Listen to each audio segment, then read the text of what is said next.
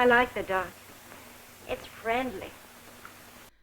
Hello, and welcome back to my channel Box Office Poison. If you're new here, my name is Moxie McMurder, and I've been looking forward to the Dead Ringers TV series since I saw the trailer, because I love the Cronenberg film, and the idea of making the twins women was just too perfect a scenario. So I finally got round to watching it, and let me tell you, I loved it. For some reason, the show doesn't seem to have much buzz around it at the moment, and that's a real shame, because it's absolutely worth your time. Often with remakes you ask yourself, why bother? Especially if the thing you're remaking or rebooting is something held in high regard. In this instance, turning the film into a TV series was a great idea. And it's worth pointing out, if you're on the fence about whether to watch this series or not, know this. The series and the film are telling very different stories, despite the fact they're telling the same story. The TV series has something very different to say, and it's a big fucking mood. You having a good day? No, I'm having a fucking shit day. Okay, cool. Sorry I asked. Fuck you asking about my fucking day. Okay, lady. No, seriously, fuck you. Yeah, well, fuck you back. Oh, fuck me back, fuck you back. Yeah, I'm not doing Fuck this. you! So let's talk about it. This video is dark and full of spoilers, so proceed with caution. The film, directed by David Cronenberg, was based on a book called Twins by Barry Wood. The book tells the story of the real-life identical twin gynecologists Stuart and Cyril Marcus. Stuart and Cyril Marcus came to attention outside of New York, where they were well known in the medical industry, when they were found dead at age 45. One naked, one partially clothed, in their squalid apartment in July 1975. Both Cyril and Stuart were addicts, known to use Nembutol, which is the brand name for pentobarbital, a controlled substance known to cause paranoia, suicidal thoughts, and if combined with alcohol, could slow breathing and could lead to death. Tests were conducted by the New York Medical Examiner's Office, and there were no traces of narcotics, barbiturates, not even alcohol, in their bodies. With no evidence suggesting suicide and nothing to indicate violence, no one really understood what happened. It's a medical mystery, although the common theory seems to be that they were detoxing and died from withdrawal. Dead Ringers, directed by David Cronenberg and released in 1988, starred Jeremy Irons playing the dual roles of Beverly and Elliot Mantle, the most in-demand gynecologists in New York. And it's honestly impressive how seamless the scenes where he's playing against himself are. Irons went to great lengths to separate Beverly and Elliot as personalities, and due to the nature of the film, he felt it was important for the audience to question which twin they were actually looking at. We shot for a couple of days and then we watched the rushes at the end of the second day, and I looked and I said to David, this is a disaster. They're completely different. I mean, no one would ever muddle them. And that was an important part of the story, that the audience actually were at times not sure which was which was so with the Mantle brothers, who it was based on, the New York gynecologists, and I've spoken to people who went to them, who were there, went to them, and they said, we were never quite sure who we were seeing. But one of them, I put my my energy point here for Elliot, the smooth one, the operator, the guy, because this is where you headbutt people. You're very, very powerful here, and the other, I put his energy point here, which is where you can be killed, and it's very delicate and more feminine. And when you put your energy there, everything changes. Something changes in your eyes, changes in your posture, changes in how you speak. So I was able just to switch from one to the other between takes, because we would record one side, and then I'd go and change, and we'd record the other side. And I didn't have to do any any more preparation than that. It was just literally flicking a switch. And then, of course, when you play one of the brothers pretending to be the other brother, then you keep the energy the same. You don't move that, but you try and pretend to be the other brother. But the audience can tell because they see where they feel you're different. I mean, it sort of works. Anyway, simple trick.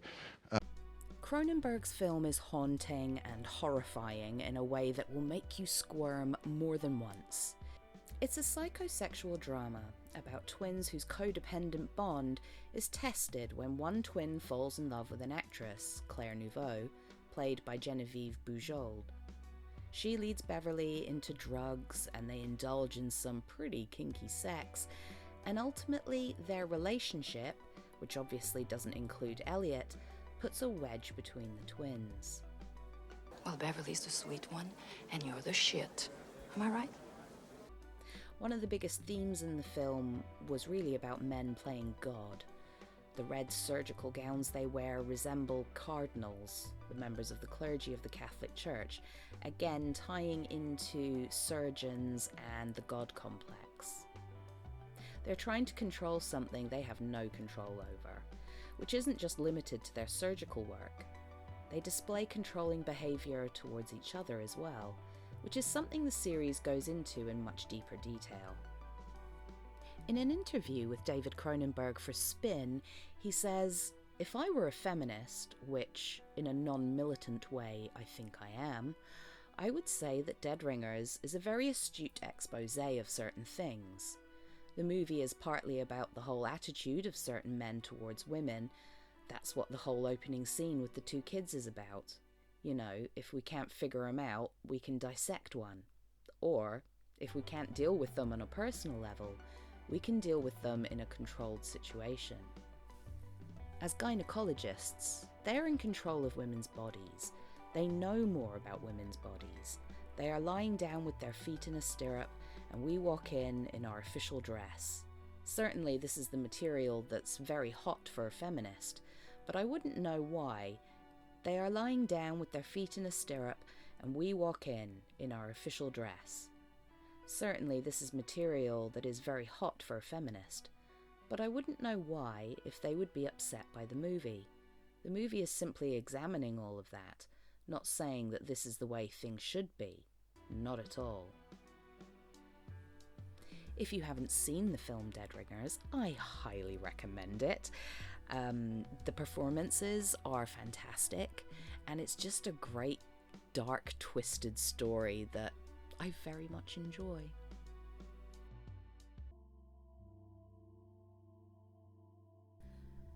The TV series puts a spin on things by making the twins women and OBGYNs, as opposed to just gynecologists. This set of twins, still keeping the names Beverly and Elliot, are committed to pushing the field of obstetrics and gynecology to new heights, and want to create a birthing centre that gives women a bespoke pregnancy and birth. A woman died today. 4 hours after giving birth. And another woman lost her baby. Oh, fuck that, not lost. Her baby died. Are you terribly bad at your jobs? No. This may not be that exciting for you to hear, but no, it happened because of the system, because the system is fucked. It's diabolical.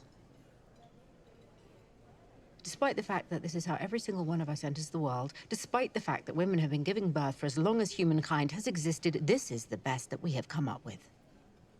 It's a system that bullies and scares and terrorizes and humiliates and rushes and ruins women and their bodies.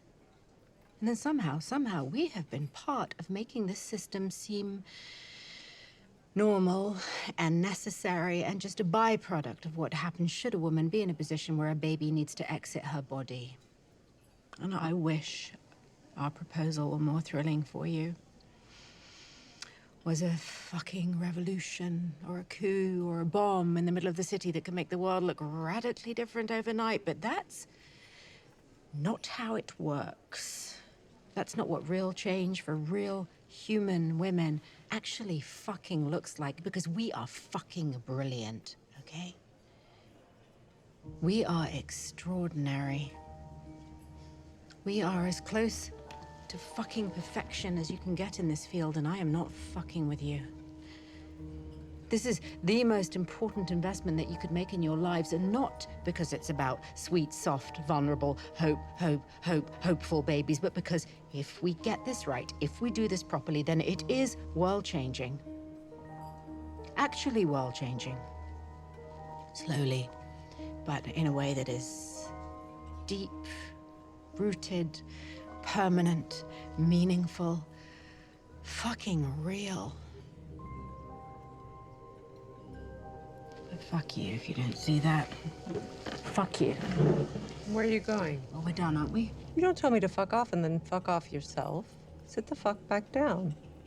Throughout the series, we see various different experiences, from miscarriages to stillbirths, hysterectomies and postpartum depression, birth and death.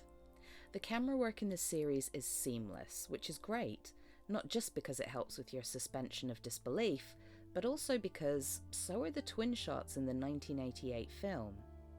All the performances are amazing. The Mantle world feels fully fleshed out, right from the get-go.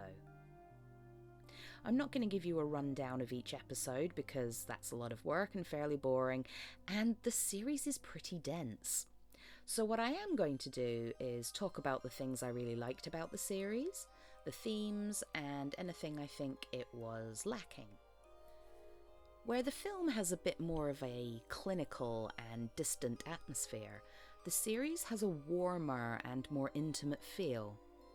Obviously, in a 6-part series, you have 6 hours to tell your story and get deeper into characters, what motivates them, what their wants and needs are, and while the film does a good job of making the twins fully realised characters, the series is able to go further and dig deeper into the psychology of the twins. Rachel Weisz plays the dual role of Beverly and Elliot Mantle.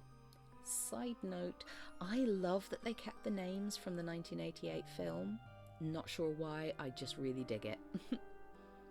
And Rachel was actually the person who came up with the idea for a remake. Awkward. It's fantastic. I loved your show. Thank you. Really, it's amazing. And I thought I'd start by asking about whether it came from you or the amazing Alice Birch. Yeah, she is incredible, Alice Birch, who's the writer and showrunner. It began with a kind of a little daydream. I was a fan of the film and I was thinking about stories to tell that I could be in. And so I just suddenly one day thought, oh, it could be sisters instead of brothers. And that's how it began. The series is also written and executive produced by Emmy-nominated writer and playwright Alice Birch. The Mantle twins are successful, educated women in what is historically a field dominated by men. According to an article on Huffington Post regarding men outnumbering women in the field of gynecology, it says, at this point, the data shows that men tend to prefer gynecology while women trainees lean towards obstetrics, which focuses on pregnancy, childbirth, and the postpartum period. Dr. Mitra, herself a gynecologist, was quoted in the same article, saying, "Gynecology is a slightly more surgical speciality compared to obstetrics, and surgery has always been a slightly more male-dominated area, which comes with its own challenges." She says, "Surgical training can be pretty intense, with really long days, which can be tricky if you're trying to juggle training with having a family, and working part-time isn't always easy." I had expected the series to brush up against institutional sexism and casual misogyny within the medical field, but in the grand scheme of things, it doesn't come into play too much. And to be fair, they are tackling a lot in the series. The series highlights how the twins are trying to push the industry further and are called radical simply by wanting to make things better for women. So let's talk about the characters. First, we have Elliot. Ellie is bold, enthusiastic, and defiant. She has a bit of a god complex. She's an addict, unpredictable, but passionate, confident, and funny. Her sexuality seems fluid. We see her with men, and she seduces Genevieve for Beverly. Ellie unravels when Bev and Genevieve go away for the weekend, and it just gets worse when she finds out that Beverly is planning to have a baby with Genevieve. In the Cronenberg film, it was Beverly who starts to unravel first, but in the series, it's Elliot, and in a way, it's easier to believe Elliot would crack first, given how insecure she is when Beverly starts dating Genevieve and refuses to share any personal information with her. Then we have Beverly. Bev is softer spoken, more introspective, and quite frankly, sad. In the first episode of the series, we're introduced to Beverly and Elliot in a diner, and then we cut to Beverly in a quiet moment, alone, having miscarried, and it's clearly not her first. She's been trying to have a baby for some time, and that partly fuels her and Elliot in their quest for fertility treatments. Bev and Ellie engage in twin swapping, which is something the film did too. They see each other's patients, and in a bid to make Beverly happy, Ellie takes it upon herself to seduce Genevieve on Beverly's behalf. And then there's Genevieve, played by Brittany Oldford. She's the love interest who becomes Bev's girlfriend. She's an actress and is starring in a show called Rabid, which is the title of a Cronenberg film, which I thought was a nice touch. Genevieve has healthy boundaries, and she's a very different person than the film version. She's straightforward and a fairly uncomplicated person. What you see is what you get. She puts up with a lot from Ellie and the twins' codependent relationship. As I mentioned before, I love that the series kept the names of the twins the same. And speaking of names, there are some clever nods in the series. Genevieve is a reference to Genevieve Bujold, who played the role opposite Jeremy Irons in the 1988 film. Genevieve's surname is Cotard, and Cotard's syndrome is any one of a series of delusions that range from a belief that one has lost organs, blood, or body parts, to insisting that one has lost one's soul or is dead.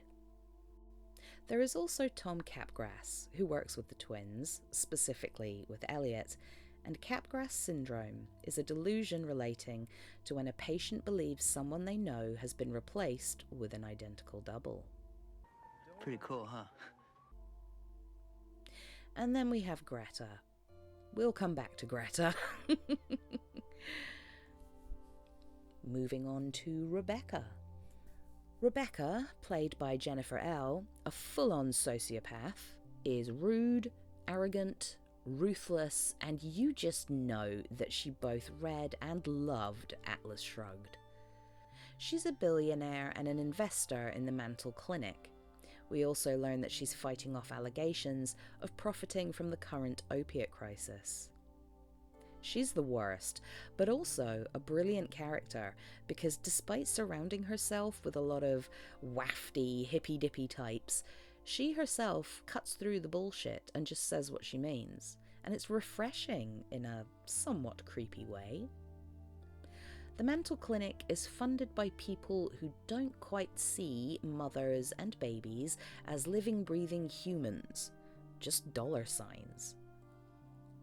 Rebecca also makes it clear that Elliot is her favourite, but I don't think she realises just how unbalanced Elliot is.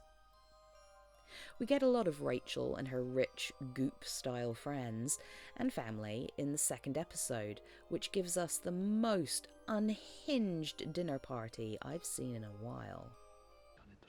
We were the first to do raw water, bloodletting. We were the first to do flotation tanks. Trepanning. Trepanning? It's an ancient practice. Yes, I know what it is. I just, Oh. You have all drilled holes into your skulls. It's so clarifying, Elliot. Special mention for Emily Mead. I'm always happy to see her pop up in what I'm watching, and every time I think to myself, is that Mina Suvari? Is that Amber Tamblyn? Why do I recognise her? And then I remember she was in Boardwalk Empire. I just really like her as an actress. She plays Susan, who is Rebecca's wife, and she's a delight to watch. Also, it's interesting that Susan reveals late in the season that she has a fractured relationship with her mother, who left the family when Susan was young. She finds it easier to tell people that her mother's dead. Which is a great segue into motherhood. Heather O'Neill wrote an excellent, well-researched article for Catapult, which I will link in the description box below, where she says, until the 18th century, women and midwives were almost exclusively in charge of pregnancy. They put the life and well-being of the mother first. They sat with the mother in labour, using experiential wisdom to help her through it. When male physicians took over obstetrics, the practice of midwifery was outlawed, and they set the midwives and all their practical knowledge literally on fire. Women were brought to hospital wards where they began dying en masse, and the modern experience of birth as we know it took shape. Motherhood is a theme that runs through the whole series and has its effects on the characters. I really liked episode 4, where we meet the twins' parents, and we get flashbacks to when they were born and how their mother struggled with postpartum depression. And when their mother finds out Beverly is pregnant, she's almost horrified at the thought of Bev becoming a mother. It's not entirely clear if she's concerned that Beverly just won't be a good mum, or if she's concerned that she may experience postpartum depression like she did. Side note, I love the parents' reaction to the American pronunciation of twat. It was brilliant. Writer and executive producer Alice Birch was quoted in an interview with Bloody Disgusting, again I'll leave a link in the description box, where she said, "There is a lot about the current state of maternal health care that is horrifying. We wanted to begin the show in a really grounded place and meet patients who feel real and are coming in with real dilemmas and are often hitting difficulties because of the system, because the structures just aren't in place to support women. It's such an individual experience for every woman. So that came pretty easily in terms of the imagined civil exercise and then the writing. Then what was more difficult or more challenging, but a lot more fun, was that these, our twins, have a huge ambition to change that and to imagine something new. Bodily autonomy is something that's quite prominent in the series. There's a great scene involving a surrogate, and Beverly treats the surrogate as the patient, as you would, but the actual parent insists that she is the patient, and how the surrogate feels is irrelevant. It's frustrating as hell to watch, and I have to wonder if that particular scene was based on a real incident or whether it was purely a creative decision. I've seen some criticism of how gory and explicit some of the more medical scenes were, particularly in episode 1. Which I can understand, you know, I'm not great at certain gore in certain contexts. However, it's an interesting and, dare I say, slightly hypocritical if you're not also complaining about general violence in the media. The specific criticism that childbirth or women's reproductive health is too much is so gendered. Are you also criticizing other shows where, you know, people are being shot or stabbed or tortured? You know, but childbirth is too much? I think not. It may not be for you personally, but it's not that way for everyone, and there should be really nothing off limits when it comes to accurate portrayals of a lived experience. No? So let's talk about Greta. Greta was not in the 1988 film. Her inclusion in the series is a strange one. It's not exactly important in terms of plot, but I suppose it's thematically resonant with the show. I think the revelation that the creepy stuff we see Greta getting up to, ultimately ending up as part of an art installation, confused a lot of people. I think we're meant to see this as another example of motherhood and the hole that it's left in Greta's life. The recording of the Mantle twins' mum saying things that she'll never hear her own mother say. Hello, girls. Just saying hello. Hello? Hey, it's Mom. Mom here. Did you get my call? Greta's mother died after giving birth to her, and Greta uses her talent as an artist to recreate the night she died. As for taking random bits and pieces from the twins' home as part of her Tracy Emin-style installation, I don't know. Is she living her mother fantasy vicariously through the twins? Is she making a statement about their lives? I don't know. It's art. It can mean whatever the hell you want it to mean, I guess. Personally, I don't think adding Greta to the mix was entirely necessary. And while Poppy Leal is good in the role, you could just lift her character out and nothing would change. I've seen people question whether the twins were the doctors that helped to deliver her, which I suppose is possible. The twins would be in their early 20s, so perhaps as residents maybe, but I don't know. So the end of the series. The last episode is a doozy, and I know a few people have had some trouble with the ending. Beverly is starting to feel dissatisfied. She's not a whole person, but she doesn't want to be around her sister. She feels like there should have only been one of them. They weren't cut out to be twins. They need to become one. When I watched the series a second time in preparation for this video, I really took the lines from episode 2, The Dinner Party from Hell, in a different way. And a horse. Excuse me? It was my racehorse. Does that make it worse or better, Beverly? 채식주의자 아니시잖아요. You're not a vegetarian. No. He had a name. Would you like to know it? Oh, yes, please. That makes it more difficult for you, Beverly, that he was loved and now we are going to consume him. Oh, and this is like all of it, right? Uh-huh.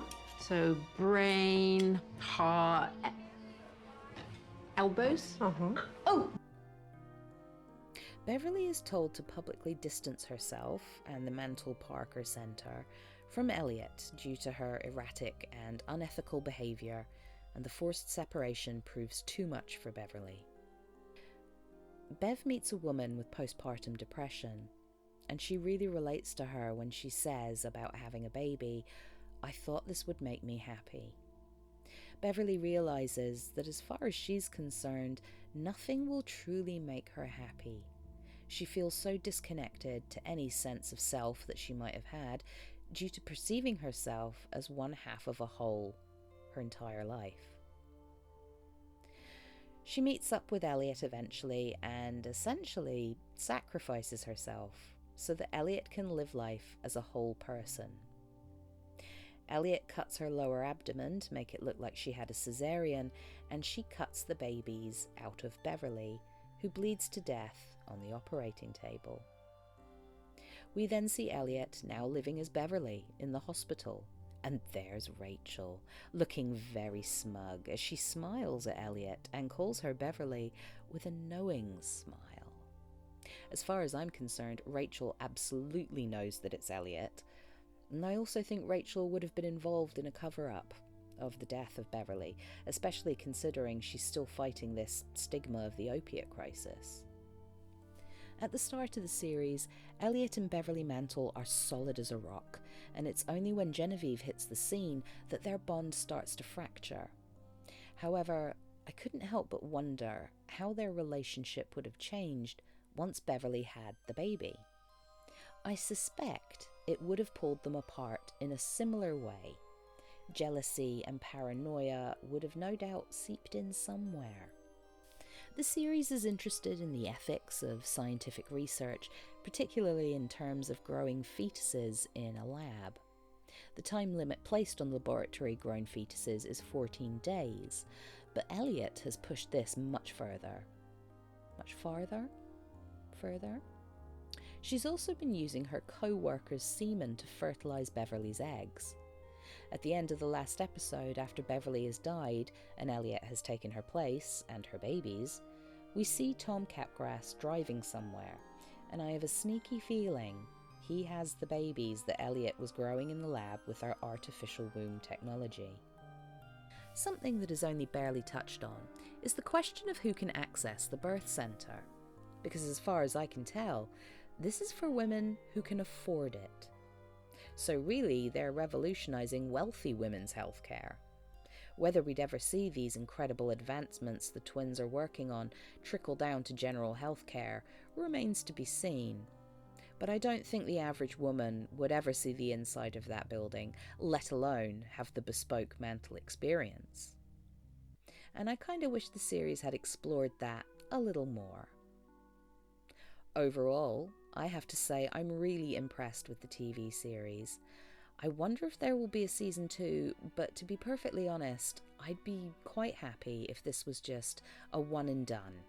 Not every story needs to be turned into a 6-season arc that's ultimately disappointing. So yeah, I really enjoyed Dead Ringers. It was different and I liked it. If you've made it this far into the video, thank you so much for watching. This video ended up taking a bit longer than I expected, so I appreciate you watching it all the way through. Have you seen Dead Ringers, the TV show or the movie? Let me know in the comments. I am dying to talk to someone about this show. I binged the whole series in one day. I was hooked. So I hope you enjoyed this video. A great way to help support this channel is to head on over to my Patreon. There's a link in the description below, but you can also help by liking, commenting, and subscribing. Have a great day. Do no harm, take no shit, and stay spooky. I'm going to give the people what they want. Sensation, horror, shock. Send them out in the streets to tell their friends how wonderful it is to be scared to death.